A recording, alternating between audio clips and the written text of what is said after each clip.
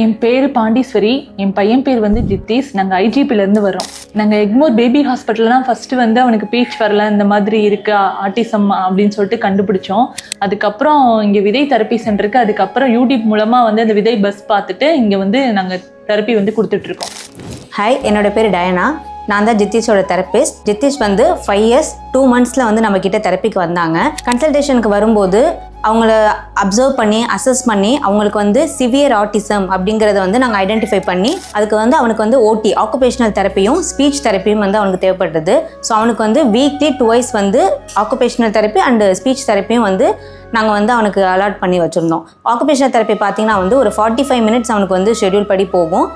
Speech therapy ஒரு 40 minutes போகும். ஏன்னா அவங்க சிவியர் ஸ்டேஜில் இருக்கிறதுனால நம்ம வந்து இம்மீடியட்டாக வந்து அவங்களுக்கு கண்டினியூ செஷன் கொடுக்கணும் அப்படிங்கிறதுனால அந்த மாதிரி ஒரு ப்ரோட்டோக்கால் வந்து அவங்களுக்கு ஸ்டார்ட் பண்ணோம். இது வரைக்கும் வந்து ஒரு 28 sessions அட்டன் பண்ணியிருக்காங்க. அதாவது 5 months வரைக்கும் அவனுக்கு இப்போதைக்கு தெரப்பி போயிருக்கு. இங்கே வந்ததுக்கப்புறம் தெரப்பிஸ்ட்டை வந்து கன்சல்ட் பண்ணோம். அவங்க வந்து என்ன சொன்னாங்கன்னா, ஃபஸ்ட்டு ஃபோன் டிவியெல்லாம் கட் பண்ணுங்க அந்த மாதிரி சொன்னாங்க. அதை ஃபாலோ பண்ணோம். அதுக்கப்புறம் அவங்களும் தெரப்பி கொடுத்தாங்க. தெரப்பி கொடுத்ததுக்கப்புறம் அவங்ககிட்ட கொஞ்சம் சின்ன சின்ன சேஞ்சஸ்லாம் தெரிய ஆரம்பிச்சிச்சு. இப்போ நல்லாவே கொஞ்சம் இம்ப்ரூவ் ஆகிருக்கான். நம்ம சொல்கிற கமெண்ட்லாம் கேட்டு செய்கிற அளவுக்கு அவன் வந்து இப்போ இம்ப்ரூவ்மெண்ட் ஆகிருக்கான். ஜித்தீஷ் பார்த்தீங்கன்னா நம்மக்கிட்ட தெரப்பி ஸ்டார்ட் பண்ணுறதுக்கு பிஃபோர் எப்படி இருந்தாங்கன்னா, அட்டென்ஷன் வந்து சுத்தமாக இருக்காது. சிட்டிங் டாலரன்ஸுமே வந்து ரொம்ப புவராக இருந்தது. ஐ கான்டாக்ட் சுத்தமாக இருக்க மாட்டாங்க. இப்போ நம்மளை கூப்பிட்டோம் அப்படின்னா ஜித்தீஷ் அப்படின்னு கூப்பிட்டா திரும்பி பார்க்க மாட்டாங்க. அவங்க தான் ஜித்தீஷா அப்படிங்கிறது கூட அவங்களுக்கு தெரியாது. இப்போது நம்மக்கிட்ட தெரப்பி ஸ்டார்ட் பண்ணதுக்கப்புறம் இந்த ஆஃப்டர் 5 months பார்த்தீங்கன்னா நல்ல ஒரு நேம் கால் இம்ப்ரூவ்மெண்ட்ஸ் வந்து அவங்களுக்கு வந்திருக்கு. ஐ கான்டாக்ட் நல்லாவே மெயின்டைன் பண்ணுவாங்க.